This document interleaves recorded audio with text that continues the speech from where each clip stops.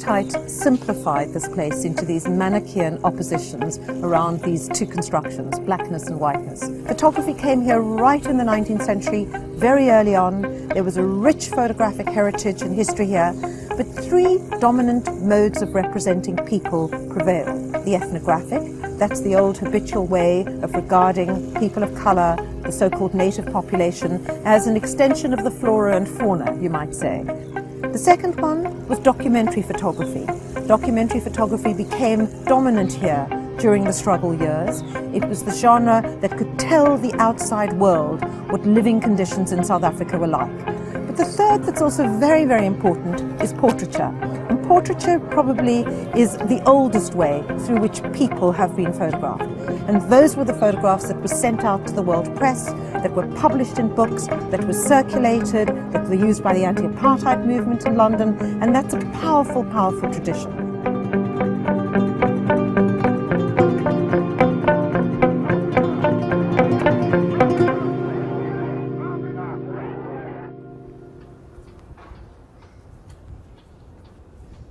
I approached the V&A with an idea of putting on a group show of South African photography now.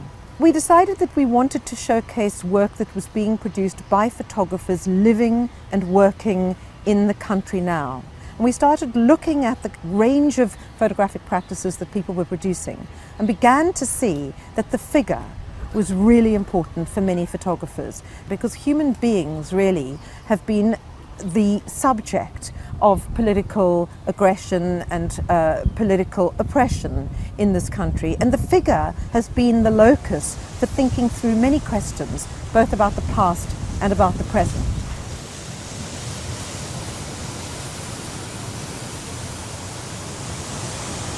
This place feels like paradise, doesn't it? I mean, here we are surrounded by the most exquisite lush foliage. The light is soft, there's this dappled reflections on the table.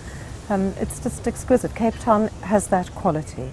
This whole basin, this inner city basin, was really the area that I grew up in and where I went to school, and it's filled with extraordinary memories. You might think that this was a really exquisite and beautiful place to grow up in and that one would have an ideal childhood, and no doubt some people did, but for me this place was traumatic and fraught from the start. I grew up here in the 60s and the 70s. I left here in 1979. Even from when I was very, very little, I was always aware of the fact that one's way of negotiating the place was overdetermined by these social and political structures that, that taught you who you could talk to, how you could talk to people, how you could behave, who you could play with. I loved my nannies. They were like second mothers. My mother worked my whole life and I was brought up by nannies. But the relationship with the nannies' children was always fraught. So sometimes the nannies' children would be allowed to stay in the town and we would play together as children. But whenever you wanted to go out, say you wanted to go for an ice cream, or your mum came and said, oh, let's go to the beach, you had to leave the nanny's child at home because she wasn't allowed to the beach. People live in situations in all sorts of blinkered ways and with a lot of fear. And one of the things that the South African government managed to do was to inculcate a culture of fear.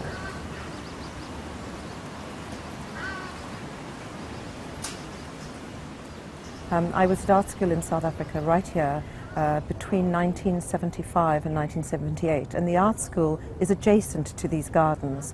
So this was the place where we used to come and sit and have tea. And one of the students who came to Michaelis, the art school of the University of Cape Town, was Rasad Jamie, the man whom I eventually married. And we met when we were undergraduates here. And part of the painful memory of this place was that he wouldn't be able to come and sit here.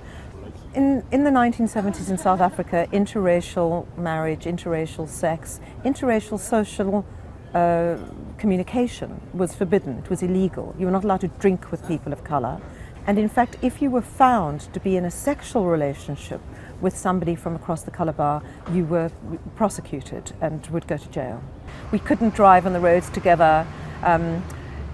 He would hitch on the motorway and I would drive past in the car and pretend to pick him up and give him a ride if we were going to visit people. But we really told very, very few people about the relationship. It was a secret relationship.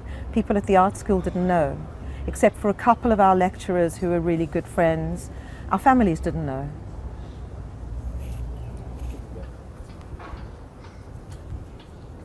I think I'd always known that I would go and do graduate work in England, but an added dimension to leaving was the fact that I was involved in an interracial relationship.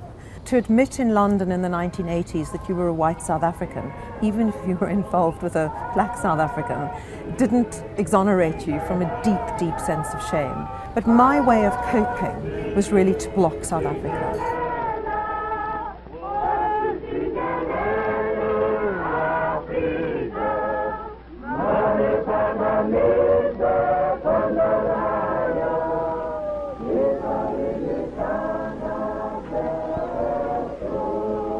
In the 90s, after the release of Nelson Mandela, I remember that incredibly powerful moment of sitting in London and watching on television the release of Mandela.